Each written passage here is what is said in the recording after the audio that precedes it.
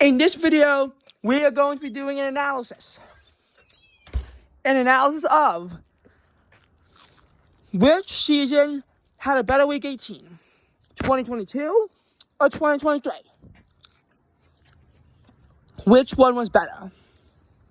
Now, this is being filmed before it takes place on Wednesday, January 3rd. And because I, again, have no editing equipment whatsoever, and none of my screencasts I save isn't even a screencast, yeah, it's probably going to be uploaded on January 3rd. I know these videos are low quality, but they give you good information. So first we're going to discuss what 2022's NFL season, Week 18, had to offer. What the NFL Week 18 of 2022 had to offer was not a great selection, but I will say you had fewer seeds that were for sure locked up, so that was certainly an upshot of all of it. In 2022, for the NFL season, in the NFC, the 4 seed and the 6 seed were locked up. Why? Well, because in the NFC South, after a Week 17 victory by the Tampa Bay Buccaneers, they had clinched the NFC South. They were 8-8.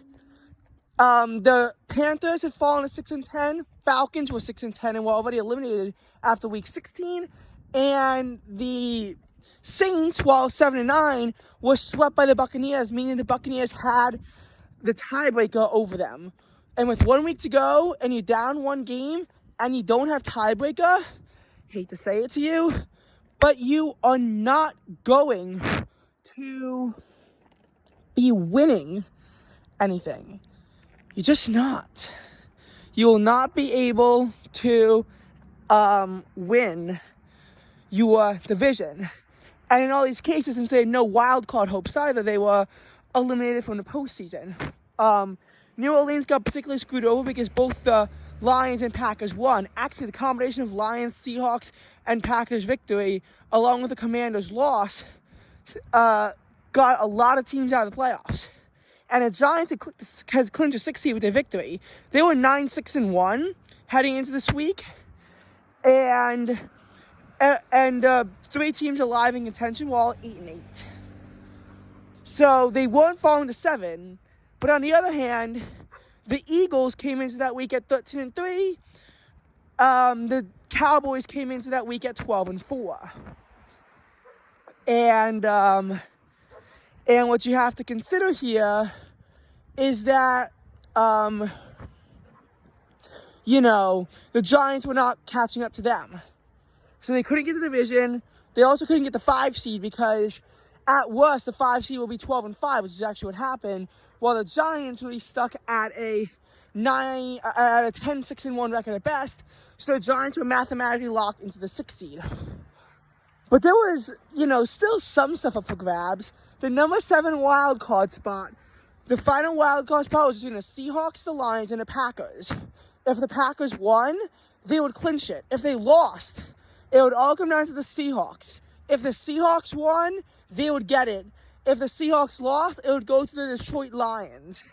Not a lot to compete for, especially with the Seahawks going first, meaning that Detroit lost their fate. Knew their fate. I, personally, would not have done it that way. I would have put Packers, Lions on as a Saturday night game because it for sure had an impact on the Packers, and it could have sealed Detroit's elimination. But you really could have risked a good game if you didn't have that NFC North battle mentality of, if I can't make it, then neither can the Green Bay Packers. So that's that. And that's how, that went. But there were only 3 teams in competition for that. I mean, the Lions and Packers win, even with the Saints win, kicked the Saints out of playoff contention. While the Commanders' loss, combined with the other scenarios, led to their elimination. And Ron Rivera did not even know that the Commanders could be eliminated before it happened. So, you have like a ton of bad stuff going on for those teams. It was just like not a good place. But the NFC North and West were both decided in Week 15, and the NFC South decided in Week 17. So the only division up for grabs was the NFC East. In the NFC East, it was also overwhelmingly in favor of the Eagles. They would have had to have lost to the Giants and had the Cowboys beat the Commanders, which neither of them happened, in order to have been kicked out of NFC East contention. Had that happened, they both would have been tied at 13-4. The Eagles, their conference record would have fallen to a split 3-3, and the Cowboys, under the scenario, their conference record would have been their conference record under the scenario, it would have been 5-1. So yeah, Cowboys would have gotten it, but the Eagles got Jalen Hurts back, and unlike this year where we've just been choking, this year it was like a very sudden Eagles doing bad kind of choke, but they were still a dominant team and they still got the 1 seed. The other team competing for the 1 seed was the 49ers. The Cowboys could have gotten a 1 seed, but they would have needed both a loss by they would have needed both a loss by the 49ers and the Eagles, because if the 49ers won, their team was going to be 13-4, and it would own a better conference record as compared to the Cowboys. I'm not sure what the Cowboys record was. I think it was 9-3, maybe 8-4, because I'm not sure who they lost to, but the 49ers had a 10-2 record. I can tell you this: Cowboys, they lost to the Eagles, they lost to the Packers, and they lost to the Buccaneers. That's 3 NFC teams, 9-3 at best, even if they had beaten the Commanders. And they lost. So, the Cowboys could not have gotten the 1 seed without a 49ers loss. But between the 49ers and Vikings, you also had the battle for the 2 seed. Now, the Vikings were 8-4 in the conference, the 49ers were 10-2, but with them both coming into a 12-4, a Vikings win, which happened, come out of the 49ers loss, which did not happen, would put Minnesota at the 2 seed as compared to the 3 seed. In that case, I strongly suspect that the Giants would have lost in the wild card round and the Vikings would have won it. I think the Vikings could have beaten the Seahawks, whereas I do not think that the Giants could have beaten the San Francisco 49ers. So a lot of luck came down to that, in the 49ers beating the Cardinals. And of course, the 5 seed was going to be Philadelphia or Dallas, whoever did not win the division. There was not a lot up for grabs. In the AFC, you had more excitement by just a little bit. You see, the AFC East was clinched in, I believe, week 15 or week 16 by Buffalo. The AFC North was actually up for grabs. The AFC West was clinched in like week 15 or 16, and the AFC South was up for grabs. Now, I want to say that the Damar Hamlin situation actually complicated everything tremendously.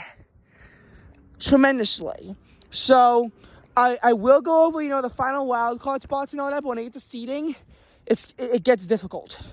But like the AFC South, the Jaguars, who still could have gotten a 7 seed with a loss, wound up winning and clinching the 4 seed by winning the AFC South, which also kicked the Titans out. Jaguars could have gotten in at 8-9 as a wild card team, but they would have needed a loss by the Bills, by the Patriots, so actually Bills win, Dolphins, so Jets win, and Steelers. I am really bad with this. I'm so sorry. So, you have Jacksonville getting the AFC South with their win. And the reason why this one was so massive was because they both have been 8-9 had the Titans won. But then it comes down to division record, and even though in hindsight Jacksonville was 4-2 and Tennessee was 3-3, they both came into it 3-2. So if Jacksonville lost, they'd be 3-3. Titans would be 4-2. They would own the tiebreaker. That's the math behind it. Yes, and I think you have to subtract one and add one, and in some cases, it tilts the tiebreakers over. Like, had the Titans won 2 more games that were not in the division, down the stretch, then yes, it is true that the Jacksonville Jaguars still would have won the division if they were both 9-8, and nothing in the division changed, But what you have to consider is that this would have had divisional impacts. Had Tennessee's 2 games they had lost both had been in the division, you best believe that Tennessee would have been winning that division, though at 9-8, the Dolphins still would be in a good wild card position. You still have to factor that in mind. And for the more serious contention in the 7th seed, you had New England Patriots leading the way, Miami Dolphins, who ended up getting it because they needed their win and the Patriots loss, and Pittsburgh Steelers, who have needed both the Patriots and the Dolphins lost. Had all 3 teams lost, if the Jaguars had won, it would have went to the New England Patriots. So, yeah, that would be that. That would indeed be that. So, you have that scenario going for you as well. I will say, definitely had more teams who are alive at least at the end in the AFC, because for wild card contention, once the Jaguars clinched, it was the same 9 before. Before that, though, it was really 10. Whereas the NFC was always only 9 teams alive. Now, in terms of playoff scenarios, the Bills-Bengals game being canceled was very, very hard for that, because now I have to think what's going to happen. A critical Bills-Bengals tiebreaker would not be known, and all this other stuff happens, like had the Bengals lost and then lost to the Ravens should have won the AFC North. Instead, here they are with a loss. So, you got to think about that. The Bills, they lost control of their own destiny for the number 1 seed. They beat the Chiefs earlier, so if they had won out, they would have gotten a 1 seed. And Kansas City would have gotten a 2 seed. Now they would need a Kansas City loss to the Raiders. If they were to do something serious. If they would need the Raiders to do something serious. Which might have happened had Las Vegas won the battle against the 49ers in overtime, but they lost, and the 49ers loss was, the 49ers beating them, pretty much secured them the 2 seed. It kicked out Vegas. They were very unlikely favorites to make it anyway, because they would need a bunch of stuff to go in their right. They would have needed a Dolphins loss, a Patriots loss, a Steelers loss to have made the playoffs. They would have needed a Jaguars win, for crying out loud. But, if those 4 scenarios played out, which they didn't, Vegas could have still made the playoffs, had, of course, they not lost to the San Francisco 49ers the week before. And that's the thing, Week 17 last year did not exactly play out in a lot of scenarios that would allow a maximum amount of teams into the playoffs. Week 17 this year played out better in that regard, with, of course, more teams being alive in the first place. So now what you have to understand here is, what's happening. Because for the AFC, everything got very complicated, a whole bunch of scenarios that, had they happened, would have resulted in neutral site games. But the seeding was still all messed up. And as a result, because of that complicated mess, I don't want to dive into it. That, and we're running out of time. But again, it's a mess to figure out what would have happened. So what instead going to do is just look at it this year first the NFC, which kind of sucks this year because which is actually booming this year. I mean, because you have 11 teams still alive, and yes, I absolutely get it. In one case, it's only a divisional title game, but still, the wild card race, you still have 10 teams who are alive in that. Well, not alive because a lot of teams clinched, and there's also a lot of seeding races. So, for example, the race to the 7th seed. The 7th seed, the Rams could still get it. The Rams clinched. But if they lose and the Packers win, Packers get 6, they get 7. If the Rams win, Packers are in 7 if they win. If the Packers lose, then the wild card winner is guaranteed to be the 7th seed. It could be the Seahawks if the Packers lose. If the Seahawks lose, we got the New Orleans Saints up, assuming the Buccaneers win. If the Buccaneers lose, they need a bit more help because they would also need, I think, the Minnesota Vikings to lose, because after the Saints, you have the Vikings, but they need either an Atlanta loss to get the Saints into the division or a Tampa Bay loss. Well, actually, no, I think I don't know. It's complicated. Because I think if the Saints, they need either the Falcons to lose or they would need the Buccaneers to lose. One of those two, I think, is going to be what the Vikings need, along with a whole bunch of other losses. I don't know how the Saints affects them, but the Vikings are clearly long shots, but they're still alive in it. And so are the Saints. Falcons are alive in it too, for the Falcons and the Saints. If they win and Tampa loses, then they get the division. So New Orleans does not control their own destiny in either manner, but at least they're alive. And they have a real shot of getting it. They have a real shot of getting it. So, again, you have a lot more teams who are alive. More divisions up for grabs, too. The NFC South last year was clinched. And this is a case where history could repeat itself.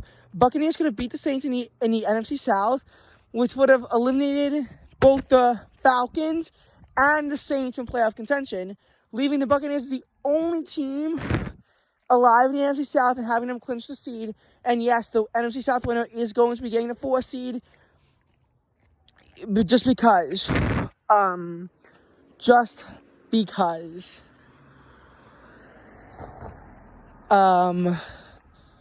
But in the case of the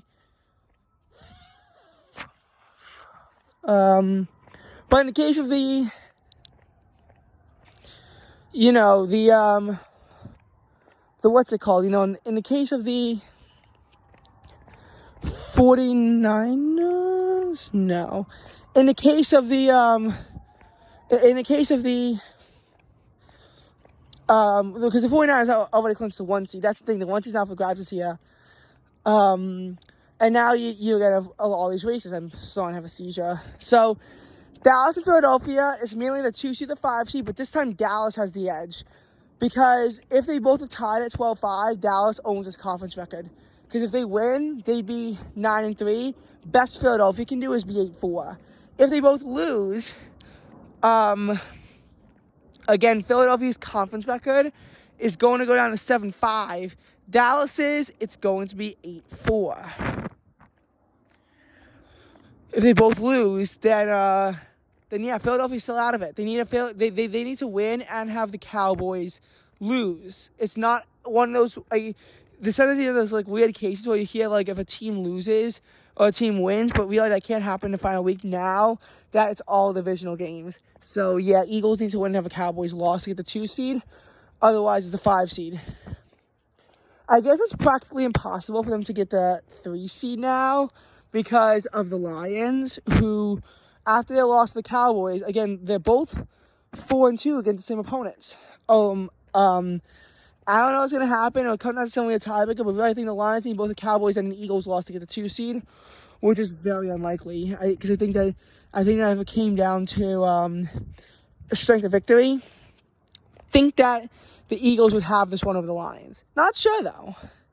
Again, not sure just because of who they played. But yeah, everything factors into the strength of victory total.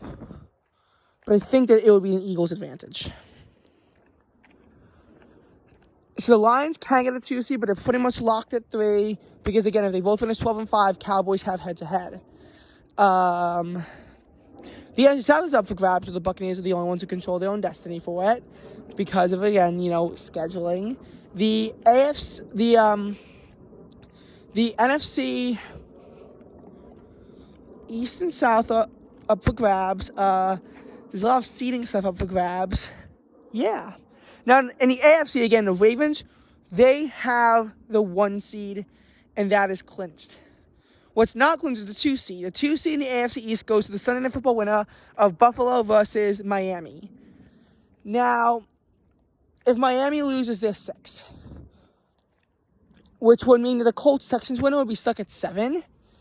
And you'd very likely have the Pittsburgh Steelers game, going there. The winner of the Colts-Texans game could be 4 if they win the AFC South. Chiefs are locked in 3, by the way, and Browns are locked in 5.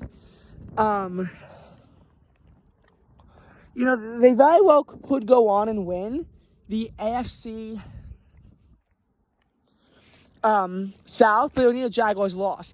And yes, Jaguars can get 7, but they would need a Steelers loss, obviously. And even if the Broncos are eliminated, Broncos and Bengals both got with the Chiefs win, by the way, they would still need a loss by the Denver Broncos, because if the Denver Broncos do get 9-8 and force a logjam there, the Jaguars would not win in a logjam. It can't go to Denver, but Denver can shift it away from Jacksonville. As such, the Jaguars are going to need a Raiders victory as well as a Ravens victory if the Titans get a victory, which would again be very tragic to the team. And now it also could allow, if the Steelers win, could allow them access to, honestly, at that point, maybe even the 6th seed. Because Buffalo doesn't have tiebreaker with them, so they'd be 7th seed. That's the other thing. The Pittsburgh can only get a 6th seed if Buffalo loses, I think. And if Buffalo loses again, they're 7th seed. Because Colts and Texans also have tiebreakers over them, but they also have tiebreakers over the Steelers. So if the Dolphins win and if the Dolphins win, if the Bills win and the Dolphins win, then and the Jaguars win, then Steelers are out, but they're 7.